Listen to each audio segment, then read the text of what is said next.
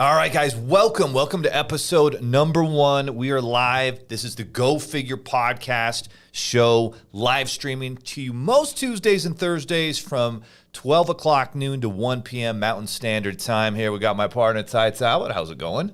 Doing great. All right, we got our man, John, managing the computers, Jillian managing the cameras, and everything is cleaned up and ready to go. Here's today's trending topics. And again, just to let you know, if you're a dad and you're looking to get your money right, create a great life for your family, and talk about real things when it comes to money and mindset, and then fun things like sports and how all these things going on in the news and politics affect us. And most importantly, how are you going to raise your kids the right way so that they make great decisions and go towards success? If all of those things matter to you, then this is the show for you.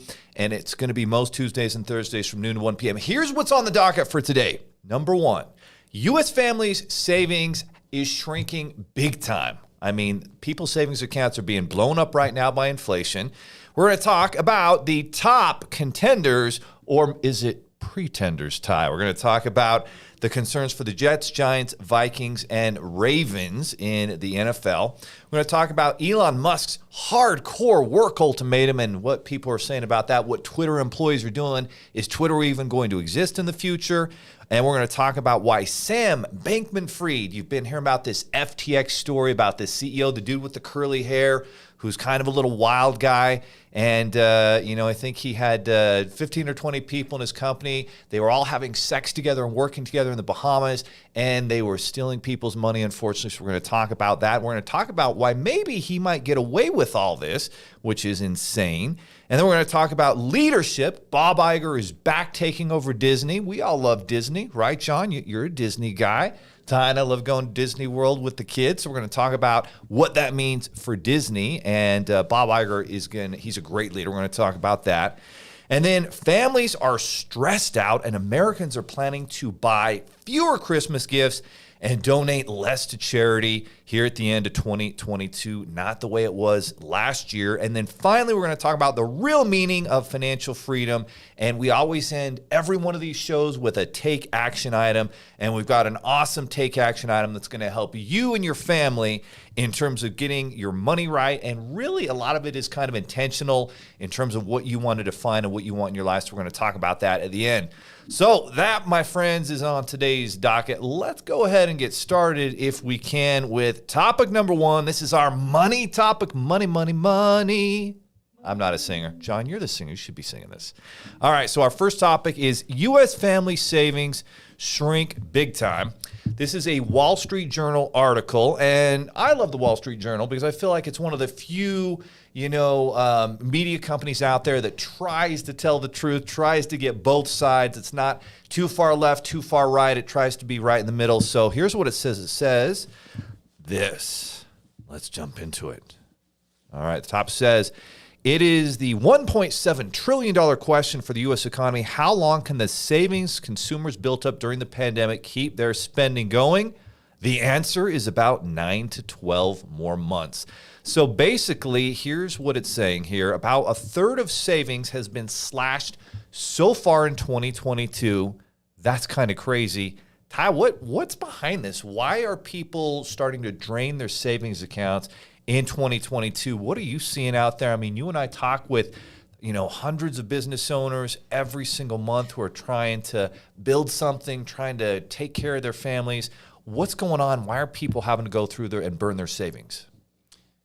It's kind of like we talked about on the last podcast. I think it just comes down to people are not adjusting their spending to the inflation. They're not adjusting their spending to the loss of business. I have a lot of friends that are in the mortgage industry, and they were loan officers, and they absolutely just crushed it over the past few years.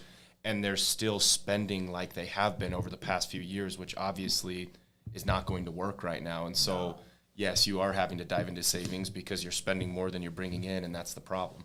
Yep, no question. We talked about it. All right, I'm making $50,000 a year. All of a sudden, I increase my income to $75,000 or $100,000, and then what do I do with my budget?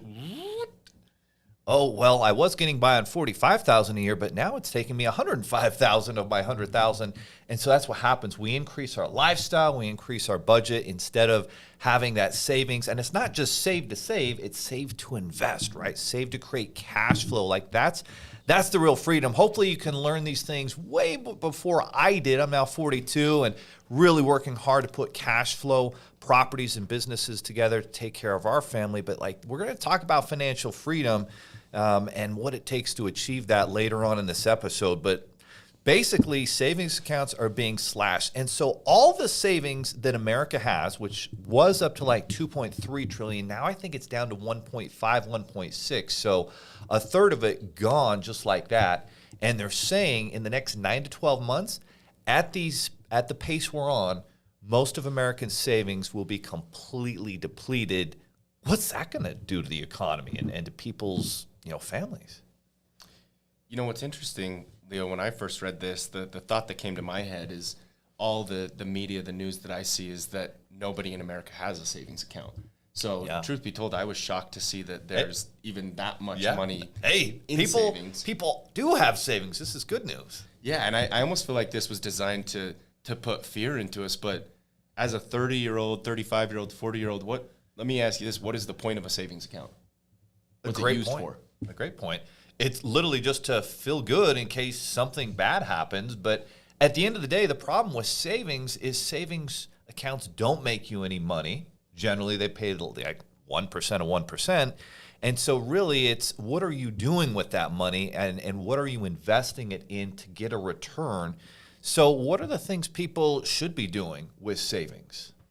Yeah, that's kind of what I was saying. That was my big point of this is they make it seem like this big scary thing, 9 to 12 months. But you know what? That's the point of the savings account. And that's why people have the savings account. I'm glad that they have it to get them through these hard times. But the key is, how do we get that money to start working for us? Because a savings account is not going to do that, right? But there's a lot of things that if you just look at the history of recessions and downturns, there's a lot of different things you can do with that money during that time to get it working for you. And again, adjusting that spending until things do start to recover. I think that's the biggest key there. No question. No question. So, hey, yes, you want to have money in savings. Yes, you want to be ready in case, of job loss or business income adjustment, or, oh my goodness, if you were in the mortgage or real estate sector, real estate agent or loan officer, like we're talking to people who have lost 90% of their income because rates have gone from 2.8 to like 7.8 in just 2022. And so people are not refinancing anymore. They're not buying houses. And so if you're in the real estate sector, like this is really negatively impacting you and you've got to pivot and change. And so at the end of the day, we have to, one of our values and principles on the wall is control what you can control. And the story I always love to share with this, and I don't always love everything about LeBron James, but I loved this lesson that he taught. If you remember when the Miami Heat and LeBron and D-Wade, those guys, Bosh, were in the finals and they lost to the Dallas Mavericks and Dirk, and they were talking crap about Dirk's cough or whatever, and he came back and beat him.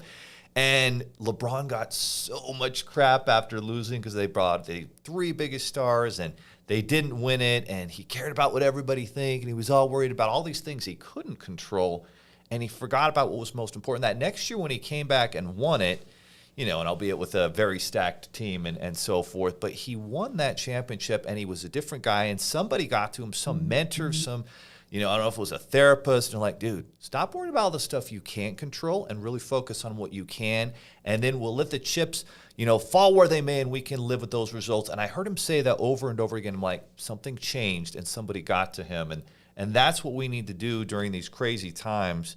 But families are struggling to pay the bills. They are using their credit cards more. They are draining savings accounts. That's the thing about the pandemic. Like, hey, this was a good thing for a lot of families. They got extra money. They paid off credit card debt. For a time, their credit card balances were as low as they'd ever been.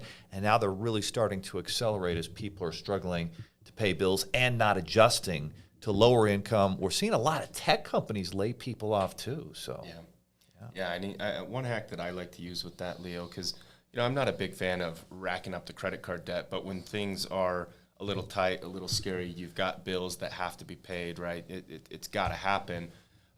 Figure out what you can and can't use a credit card for. Figure out what has to be paid via cash, right? If you know that you have to pay your mortgage, yeah, you probably need to have cash for that, but don't panic and just go pay your credit card off in full. Understand that as long as you're making that monthly payment, you can keep that card in good standing, get disciplined with your finances, go make more money, and then take care of that credit card payment. But get yourself in a good, strong financial position. You don't need to panic and pay everything off. So, and let's talk about this. Like the time, if you're a dad, if you're a parent, and you're trying to make sure you're taking care of your family, you're a small business owner, you got to take care of your business family.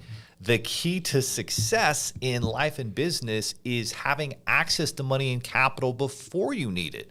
Because what happens is if you get in a bind and you don't have access to enough credit, all of a sudden you max out what you do have, you don't qualify for more, and now you're in a bind and you're in a real precarious situation. But if you're in a situation where you've got the business credit cards, the business line of credit for your business, when times get crazy like this, you know you've got a long runway to figure things out, to generate a return. You're not going to run out of capital. It's the same for your family, right? You need to have access to the credit cards, the home equity line of credit now. You should have gotten it last year, and if you haven't, you need to really go after that and make sure you have access to it. And then you have to be disciplined. You use it for things that make you money. But yeah, if you have that medical emergency, you have no choice. You have to be able to take care of your family. You have to be able to take care of your medical needs. If the furnace breaks down, I remember this happened to me like 12 years ago during a really tough time financially for my family and I. It was the middle of winter and the furnace did break down and we didn't have $6,000-$7,000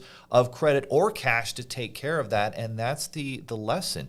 Get access to credit before you need it so that you always can take care of things and not be in that terrible position of being just stuck. Absolutely, I agree with that. And just to add to it, be disciplined with your credit and find a way to manage it. Know what your payments are, know what your rates are, know what your cash back is. Take 20, 30 minutes once a week and just figure that out. And that's the key though, Ty. Like too many of us, we get busy, we just go through the motions, and we don't really know where we're at. If you're doing a meeting once a week with yourself, with your spouse or partner, you're going over all the bills, you're going over the credit. Maybe, that's why we built this app we did, the myfigures.com app, so that people can manage all their money in one place, their credit cards, their loans, their real estate, without having to log into 20 websites. But if you have that meeting with yourself or your spouse once a week, you know where you're at, you set goals. All right, this is debts we want to pay off. These are investments we want to make. This is our business. Here's where we're at here. And you're constantly, if you review those details, and there's a great man, Thomas S. Monson, who once said that if you get into all the little details of your life, you'll almost never fail if you're doing that regular meeting. But if you don't, you have no idea, and that's where failure comes. Well, my friends, that was our money segment. Let's move into our sports topic, and it is that time of year. It is that special time of year where the NFL is running full speed. We're seeing games in Germany, in London, in Mexico last night. But most importantly, and this is an awesome story that ESPN put together, NFL contenders, or should we say pretenders, exposed.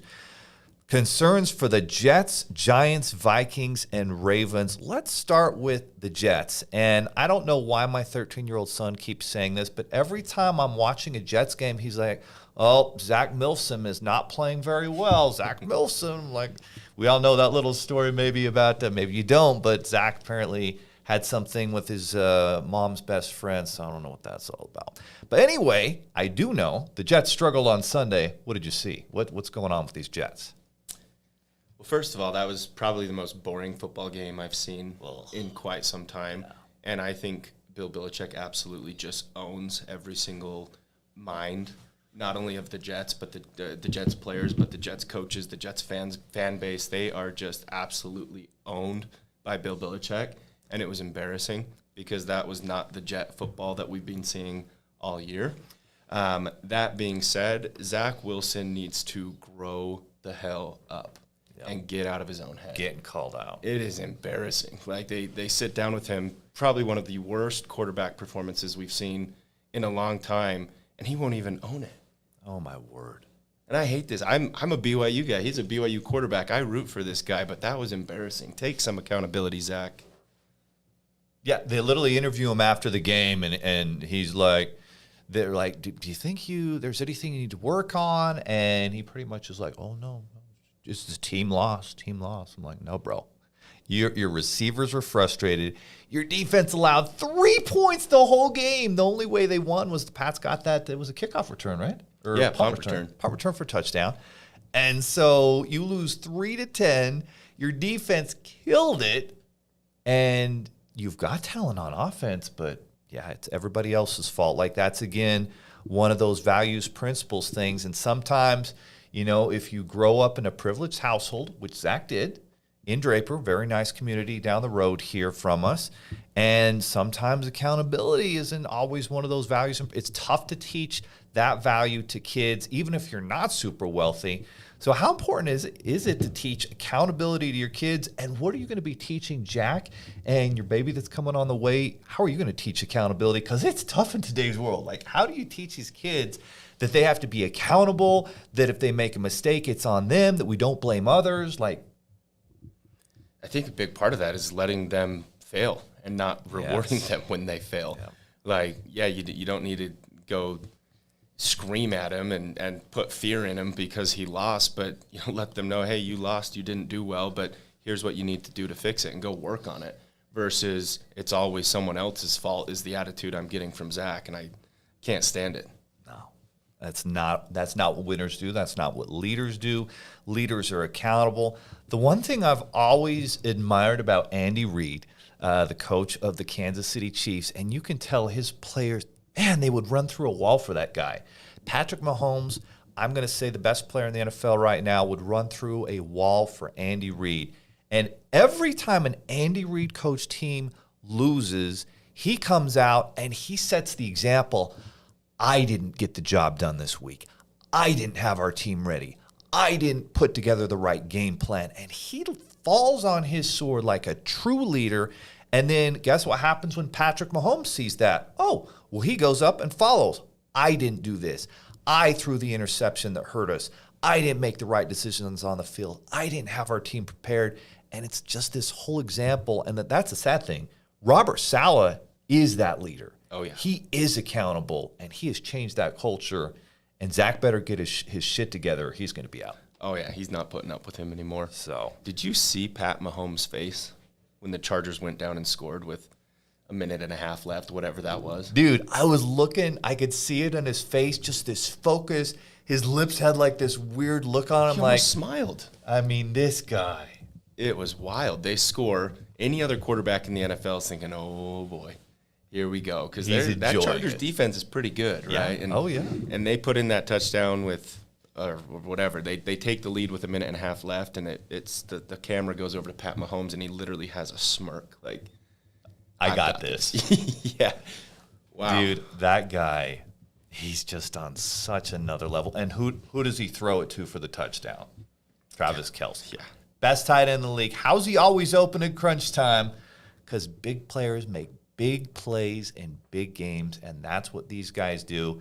And it's funny, my 10-year-old who's a quarterback, and I coached this year, and he just copies what Patrick Mahomes. He had several plays this year where he would like sprint out of the pocket, get out of a sack, and then throw a little side armor that would go right to his receiver down the field. And this guy he's just the perfect example of what it takes to lead, new talent, the way a quarterback should play, and whatnot. All right, we got to talk about the Giants and Vikings. Both teams, these are supposed to be, aren't they supposed to be the two of the three top teams in the NFC? You got the Eagles at number 1, Vikings 2, and Giants were right there with them. What happened to these two teams this week? My opinion on these two teams, the Giants have never been good. They're better than they have been. So you're been. Calling the Giants frauds, they're straight up.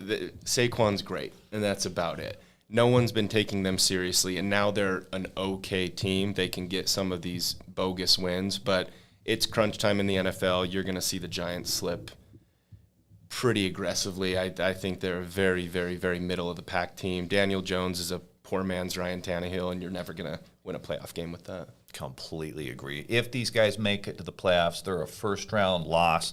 They're out. Now, the Vikings, however, like last week, my Jonas and Caleb, my 10-year-old, 17-year-old, they were going crazy about the Vikings and just really excited about them beating the Buffalo Bills. And, okay, so you and I, we went to Cowboys Stadium week 1. We watched Tom Brady. What an amazing stadium that is. And we watched the Cowboys, and the Cowboys team we're seeing today, a different team. 100%. Very, very, very impressive and honestly scary team because of that dual threat backfield they have. They've got strong receivers. They're getting enough out of Dak in the quarterback play because when you're trying so hard to stop the 1-2 punch of Pollard and Zeke, it makes it pretty dang easy to play quarterback and implement the play action. But the biggest thing with them is that defense is stout. Oh, man. What's number 11's name? Parson. Parson. That guy was killing them. Yeah, he's incredible. Killing them. That was the thing that the Vikings offensive line was exposed. It doesn't matter who the receiver, running back, and quarterback are. If you got a line that is getting beat by the 4 down linemen there for the Cowboys and just being, I don't even think did the Cowboys have to blitz? Did you see much blitzing? They did not have to blitz a lot. Wow. Wow. I know the Vikings did have a big injury on the O-line, but to tell you the truth, Leo, I still believe in the Vikings. I still think they're a good team. I mean, the receiving core they have, you forget they have one of the best running backs in the league. Dalvin Cook. Kirk Cousins is a game manager. Their defense is strong. I think they got a little cocky coming out of that Bills game. Yeah. They needed that wake-up call, but that's going to be my one. I look at all the spreads before this game. That's going to be my one betting advice. Anybody out there that does sports betting, you get Vikings -2.5 over the Patriots. Patriots are not a good team. Vikings are going to come back strong with a vengeance. They're pissed off. They're going to blow the Pats out. See, and that's a good point. There are some teams like the Giants that you see lose, and you're like, I knew they were frauds. I'm not surprised. They're not going places. But you see the Vikings, and there's depth there. They have been clutch. They've beat really good teams throughout this year, and it just reminds me of a couple things. Like, I was a big 49ers fan in the 90s, and I remember the 49ers the year that Steve Young, Jerry Rice won a Super Bowl. They got killed. I want to say it was 40-7 against the Randall Cunningham-led Philadelphia Eagles. Just killed them that day, but it made them stronger. They came back. They won the Super Bowl. They dominated in the playoffs. How many times did we see when Tom Brady was at the Patriots and the Patriots would get their butts beat by, like, the Chiefs or the Jets or the Patriots are done. And or the Dolphins. Year after year. They go win the Super Bowl. But at the end of the year, it's who gets hot and who's got the right leaders, values, and principles. So we think the Vikings are going to be okay. What about the Ravens? I've still been impressed overall with the way they played. Now, they edged a win out of not a very good opponent this week. What are your thoughts on the Ravens? The Ravens are a good team. They're a very, very solid team. I don't know if Mark Andrews, I'm trying to remember if he ended up getting hurt or not, which that would be a massive sting, especially where their running game's already poor. But Harbaugh knows how to win games. They're going to be a very, very good team down the road. However, they're going to have to get through Cincinnati, who's getting Jamar Chase back. I believe he's going to be playing again this week. It's a better division than people realize.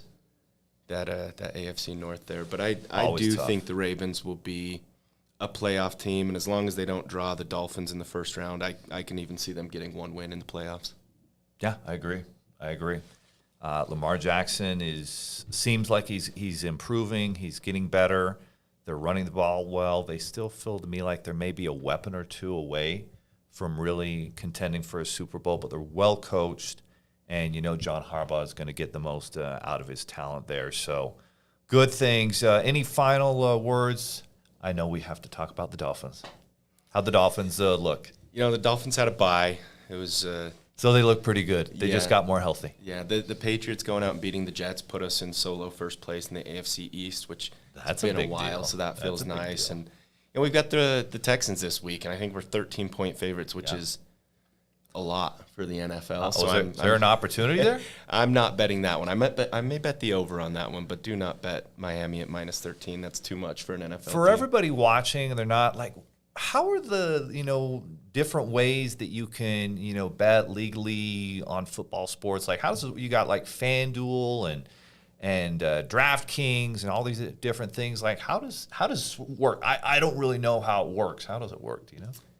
Well, it depends where you live. There's different rules and regulations for every state. So I would suggest you just look up what's legal and ethical in your specific state. But there's a lot of different ways you can do it. There's a lot of different bookie apps, and you can select the sport and find prop bets and parlays. I personally love teasers. Teasers are kind of like parlays, but instead of the actual spread or the actual money line, say the money line was, or the spread was -6 for Miami, you do a teaser and it gives you Miami at +1. But the rule is you have to do a minimum of 2 different games, which the payouts aren't as good as parlays, but I think it's a great way in the NFL because of how close and how competitive it is. Doing teasers, I think, is a great way to bet. Some people, and probably the way I was raised, have this negative connotation of betting. Oh, this is just dumb, But betting versus, just different gambling, you just do the slot machines. I mean, you really don't have any control over that. But when you're assessing, 2 teams playing each other, and if you really know the sports, I feel like it's kind of like poker, right? If you're playing poker and you know the rules and you know the odds, then you literally can put the odds in your favor. And it's just like with business, right? The decisions you make, you put the odds in your favor, and that's how business is. And life is a gamble. Like, nothing is guaranteed. And so I feel like as soon as people understand that, and you'll see this with really successful people, that they are strategic. They might do blackjack or craps. I actually really like craps because it's the one gambling option out there where there's a lot of strategy to it. And if you put enough odds in your favor, you can come out ahead and win with craps, with blackjack, with poker. And I feel like sports betting is the exact same thing. And it's business. It's just like hedge funds that are betting on Elon Musk and Tesla. And, sometimes you're right and sometimes you're wrong, but there are odds to it. What's your kind of overall thought process with that?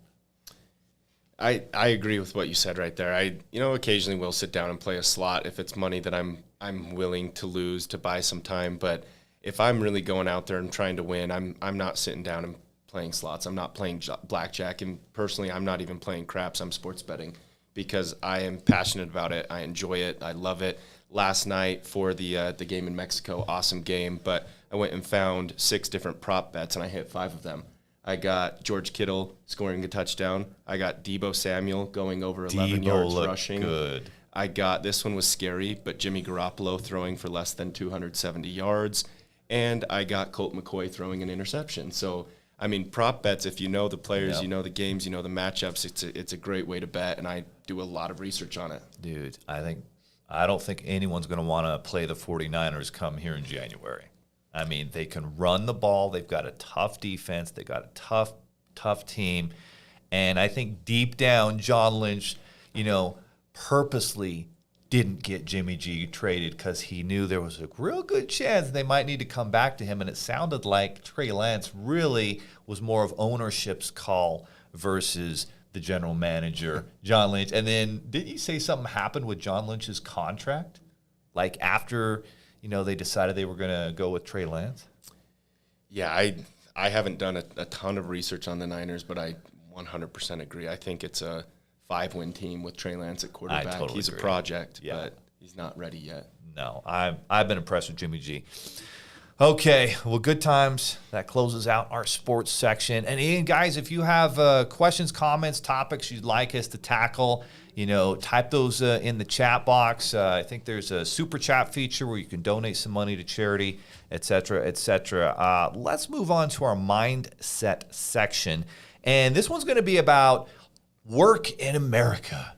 Because I feel like more and more like hard work is not looked upon positively, and it's always all about work smarter, not harder. And then I'll hear someone like Gary Vaynerchuk, yeah, perfect, dude. You work smarter. I'm going to work smarter and harder, and I'm going to kick your butt. And so one of those guys is Elon Musk, and there's a new article out about him, and you've probably seen this a few spots, but this is from CNN Business. It says, Twitter employees head for the exits after Elon Musk's extremely hardcore, and it's like in all quotes, extremely hardcore work ultimatum. And here's what it says. Another employee exodus appears to be underway at Twitter as many workers rejected Elon Musk's terms for staying with the company, choosing instead to depart, according to multiple current and former employees. So basically, he's like, guys, our company is losing money. Our stock price, and now it's private, so it's not listed on the stock exchange anymore, but our value is actually going down because we're not profitable. We haven't innovated and done anything different. It's been the same old Twitter for the last decade, and we're going to have to work hard. And if you go all in with this, you're going to win. And Elon's the guy who does pass out stock options, so I guarantee you he's going to do that. So what he seems to be doing is, I'm getting rid of all of the weak people who don't want to work hard, who aren't in this for the long run. But some experts are saying, oh, wow, is Twitter even going to be in business? And he's getting rid of all the employees. No one's going to stay. So what are your thoughts about this? And is Elon Musk making the right call? And what about work in America? Like, I feel like there is a work ethic shortage in America, and especially amongst our kids who are not being taught what hard work means and what it does for you. Yeah, my initial thought on this is my generation of workforce has turned into a bunch of pansies. Like, that is pathetic. You live in America with a previously public traded company that's run by Elon Musk. Like, how hardcore can it get? There's laws, there's regulations about what he can require you to do. And if you do a little bit more, there's laws and regulations about how much they have, or how they have to pay you. Like, if you have the opportunity to work for a company like Twitter and work under someone like Elon Musk, who cares if you have to work a little bit harder? Who cares if you have to actually, heaven forbid, go into the office? Like, that was one of the things, right? He's like, so before Elon came on, Twitter was like, yeah, you guys can work remotely forever. And it was so funny, like in 2020, people were like, oh, remote work's the best, and people are being so productive. And then we started to find out, like a year, 2 years later, well, actually, some people were taking on extra jobs, or actually they weren't really working.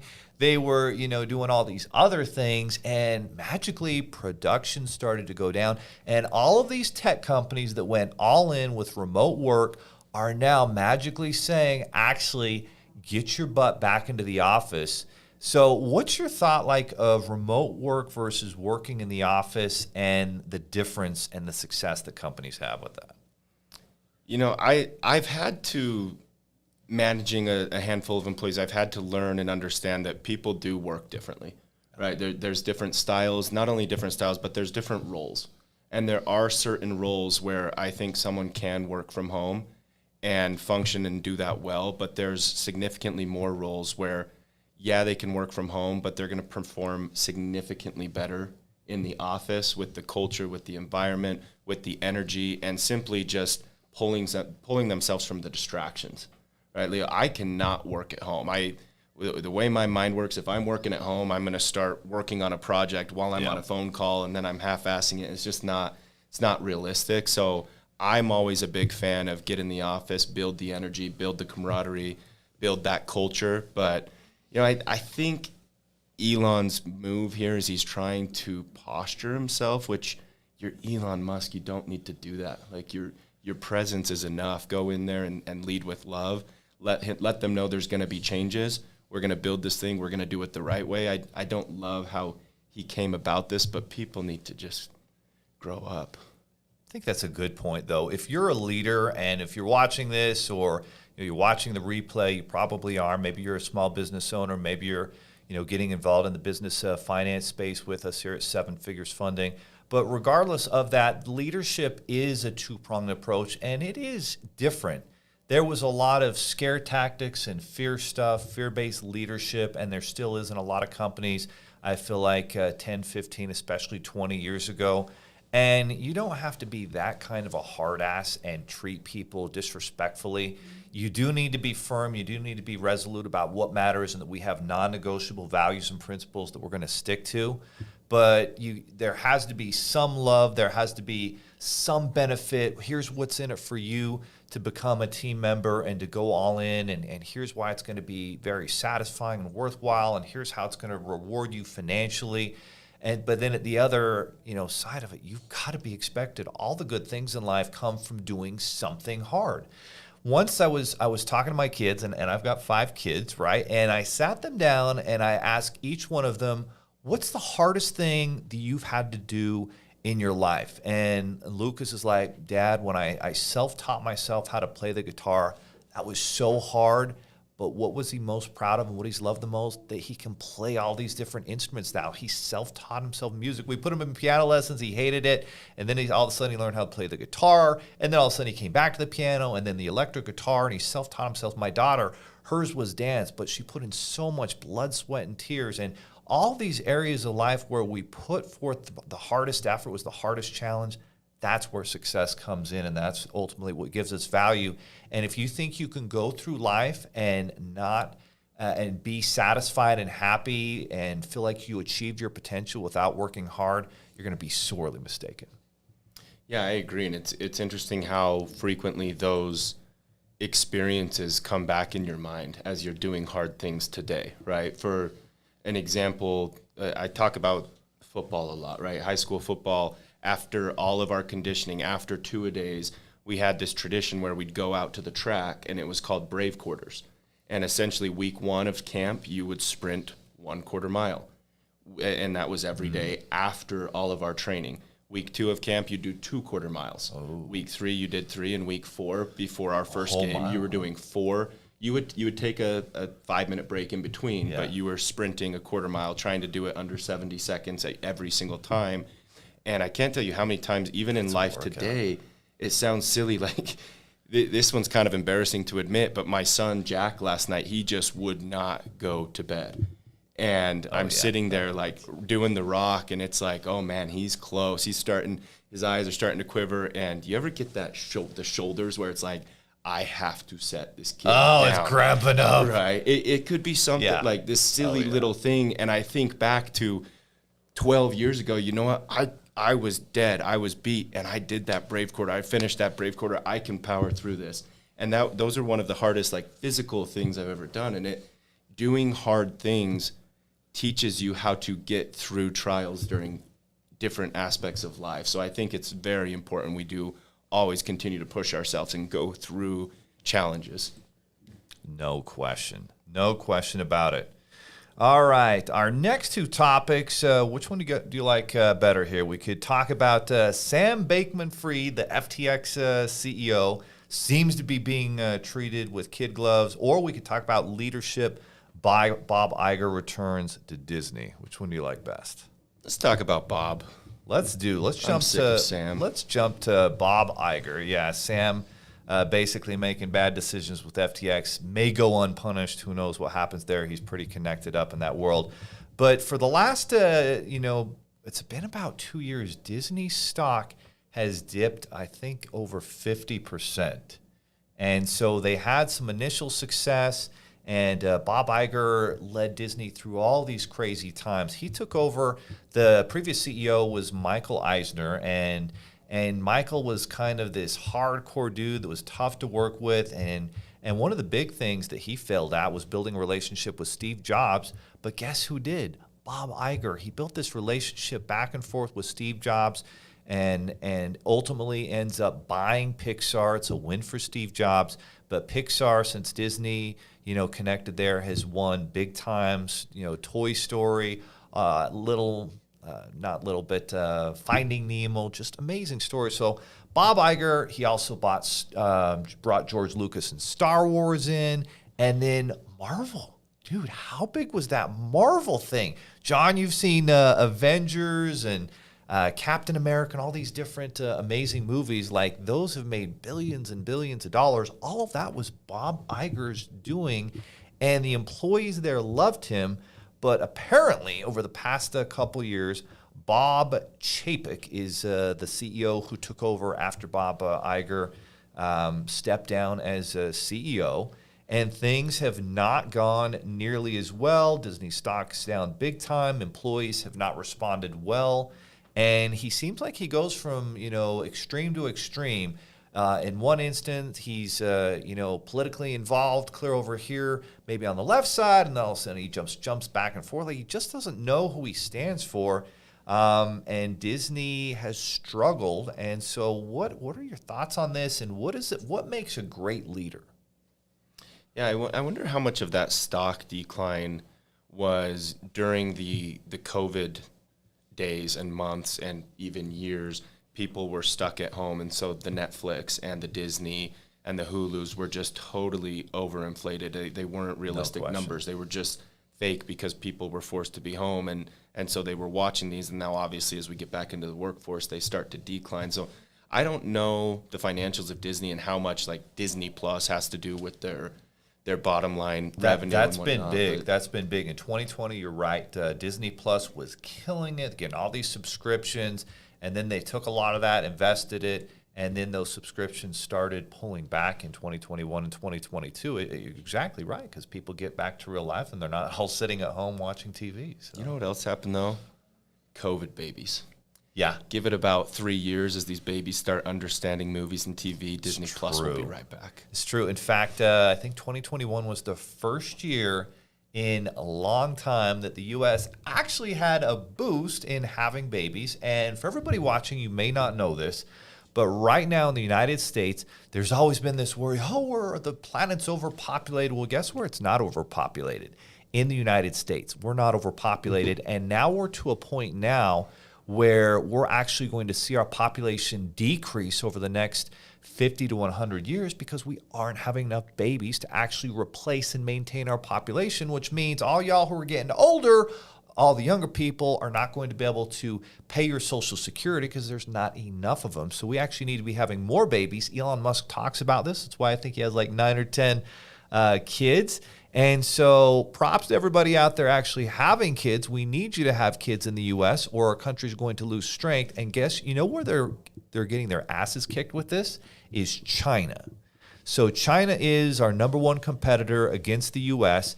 And unbelievably, China's population is set to go from like 1.4 billion down to under a billion in the next 50 years because they just can't change their mentality of not having babies. They had that one-child policy for a long time, and now they finally last year did away with that, but it's too late.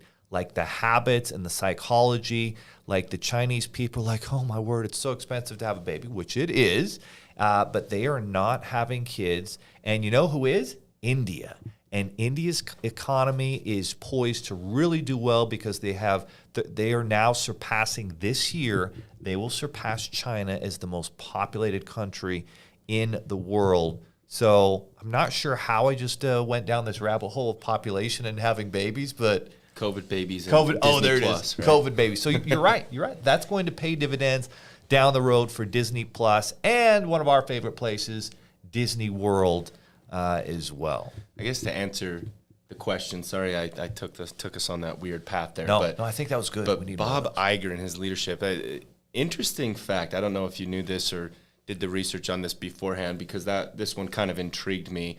Yeah. Bob Iger's father, World War II vet, that also had bipolar disorder. And I personally like researching a lot of very successful business owners, successful individuals just in general. One of the main things that I see is that they understand people and they understand how to work with, communicate with, and have a relationship with all sorts of different types of people.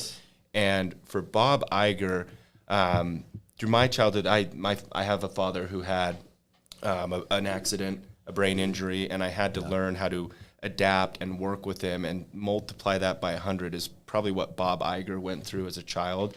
So I think that's one of the main things that you read about him. He's so good at relationships, and you look at his resume of different people he's worked with, such a wide variety of different human beings, but he knows how to read and understand and work with people.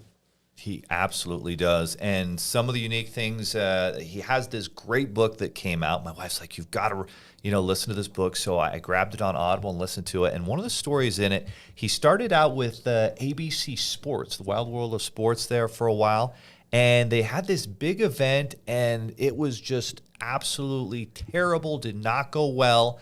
And so management's looking for someone to blame. And so they go around and everybody's just, oh, no, it wasn't my fault. It's someone else's fault. And the only guy that steps up and is accountable is Bob Iger. Steps up. You know what? I think we could have done this better. I think I could have and I should have done this better. Here's what we're going to do next time to make the event more successful. And guess what? The leaders that we're managing Bob Iger, we really respect that. That resonates with us. Thank you, finally, somebody for being accountable.